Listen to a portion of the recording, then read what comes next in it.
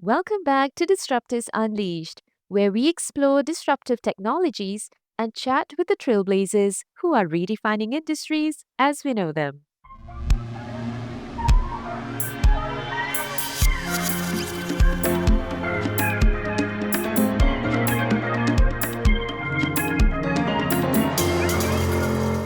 In our last episode, Dassault Systèmes expert Raymond Woodar shared his insights into how consumer packaged goods manufacturers can embrace biocircularity practices to increase sustainability and cost efficiency.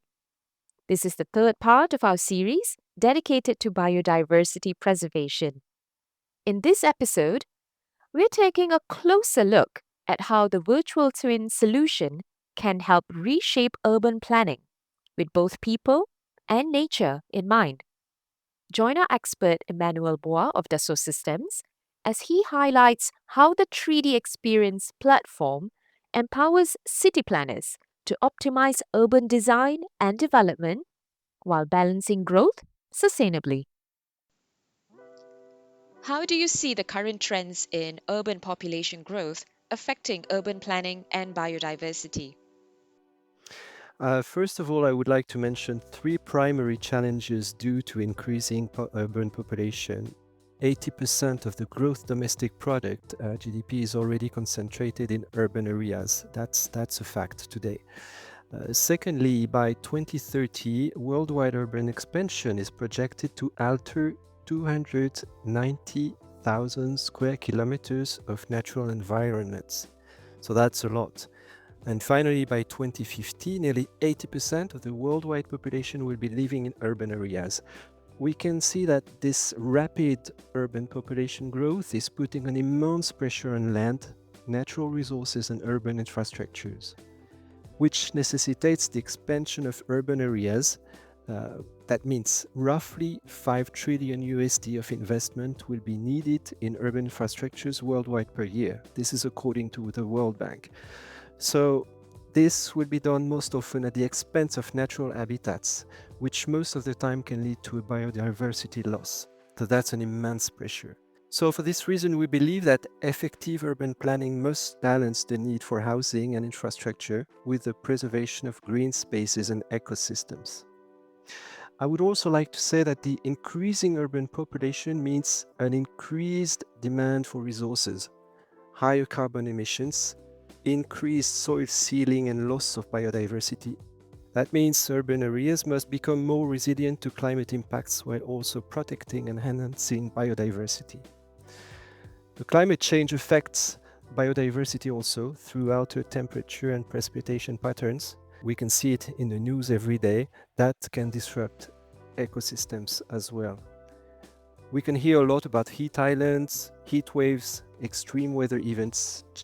Changing environments can threaten species survival and reduce biodiversity. For instance, the surface temperature in cities can sometimes be up to 5 to 10 degrees higher than in rural areas. That happens in France, that happens worldwide. There has been a 24% increase of people living in flood-prone areas between 2000 and 2015. Of course, these impacts vary significantly.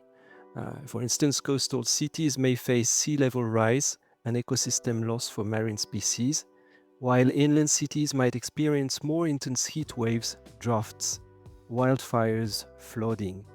The type and quality of urban development and the amount of existing green infrastructure also play crucial roles in determining these impacts.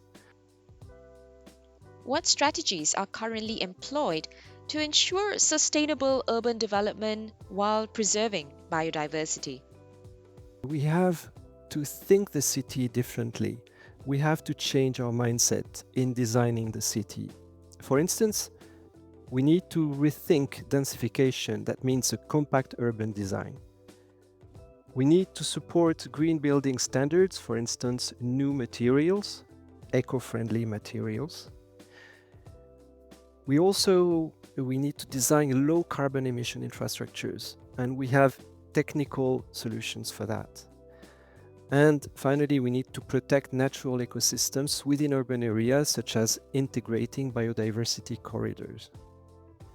That's, I would say, an introduction to the first priority, but let's go a little bit in the details if you don't mind. Repurposing and rehabilitating buildings.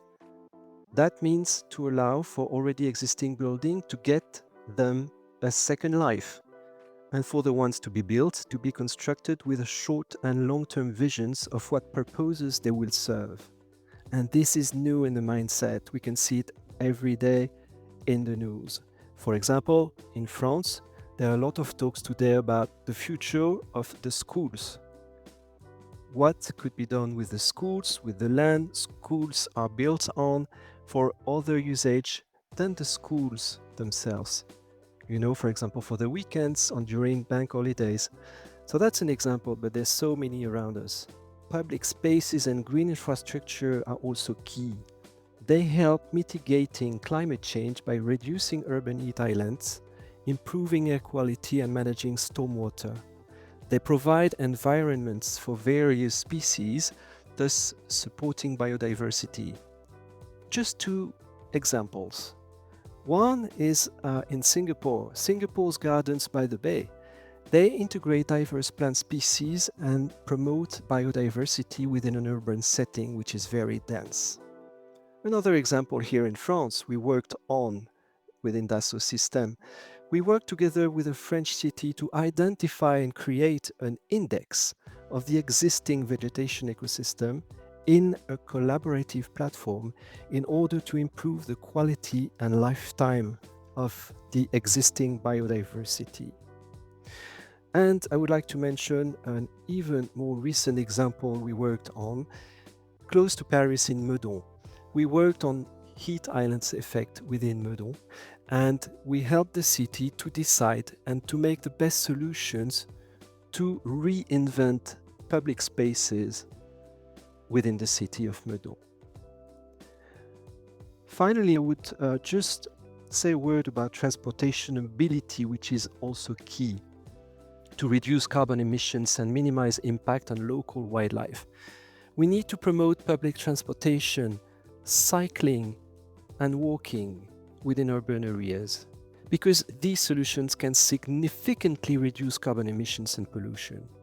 Additionally, designing wildlife-friendly infrastructure such as green bridges and underpasses can help minimize the impact on local wildlife.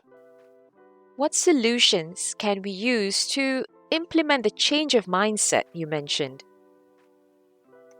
Well, virtual twins, they help creating digital replicas of urban environments and their carbon emissions. Because all the data which is available will be put in a single solution, the collaborative platform, that will allow planners to simulate and analyze the impacts of different scenarios on carbon emissions and biodiversity. This virtual twin will help in making informed decisions that balance development with conservation. Virtual twins also provide simulation and predictive analytics. They enable planners to visualize the long-term impacts of urban development and their carbon emissions on climate and biodiversity. It helps simulating various scenarios to define the most relevant ones and propose different paths of mitigation. This is a proactive approach, and it helps in creating more sustainable and resilient urban environments. How are virtual twins being used to monitor and improve urban planning policies, focusing on biodiversity preservation? First, I would like to mention that policies and incentives can take various forms and surround multiple aspects of biodiversity. There are a lot of effective policies with include zoning laws that protect green spaces, natural areas, or natural parks, for example, incentives for green building practices, regulations about soil sealing, incentives to reduce car congestion, etc., etc. It depends on each country. City leaders can assess some national or local policies in the virtual twin crossed with their own objectives. For example, the air and climate plans in French cities over 20,000 inhabitants. Another example I would like to mention is we worked with the University of Moncton in Canada on a biodiversity corridor to identify where it should be done, what data should be involved in thinking it and protecting it, and how it should evolve in the future. The virtual twins allow both to understand the complexity of this corpus by listing all the prerequisites in a collaborative tool and to make various simulations before taking enlightened decisions. The community engagement is also very important because the virtual twin allows to present future projects to citizens in a very pedagogic way. Thus, it allows to engage citizens in the projects and decisions taken. What policies or incentives can support biodiversity positive development in rapidly urbanizing regions? And how can the virtual twin help in making decisions that adhere to such policies? I would mention as an example, because there are as many policies as countries and regions, but in France here we have a law which is called Zéro Artificialisation Net, and which is quite powerful because by 2030 in urban areas, for each square meter built, you will need to mitigate and to have 1 square meter of natural land. So that's very simple, but that allows at least not to spread urban areas too much in the grounds and to protect biodiversity. That's just an example, but there are a lot of examples worldwide. We can mention 5 main factors which influence on biological diversity. First of all, the first one is the transformation of natural environments into artificial environments. The second factor is the diverse pollutions, which include pollution of air, ground, water, noise, and light as well. The third one is overexploitation of natural resources. The fourth one is the climatic changes, which include, of course, flooding. We've said a word about it before, but also heat islands, for example. And the last one is the introduction of exotic invasive species. So we can see that the virtual twin allows to identify, simulate, and take the best decisions on most of these parameters to protect the global biodiversity. Thank you, Emmanuel. It's been a pleasure having you on for this discussion. As cities grow and regulatory pressures on sustainability intensify, biodiversity can't be an afterthought. It has to be integrated from the beginning of urban planning. With the virtual twin solution, planners can visualize and simulate urban impacts to make smarter, biodiversity positive decisions. That's it for today's episode. We'll see you in our next one. Curious how urban developers are achieving biocircular success? Download our ebook to unlock actionable strategies powered by the virtual twin. Disruptors Unleashed is produced by Dassault Systèmes. For more episodes, follow us on Apple Podcasts, Spotify, Deezer, or your nearest audio streaming platform. To learn more about Dassault Systèmes, visit us at 3ds.com.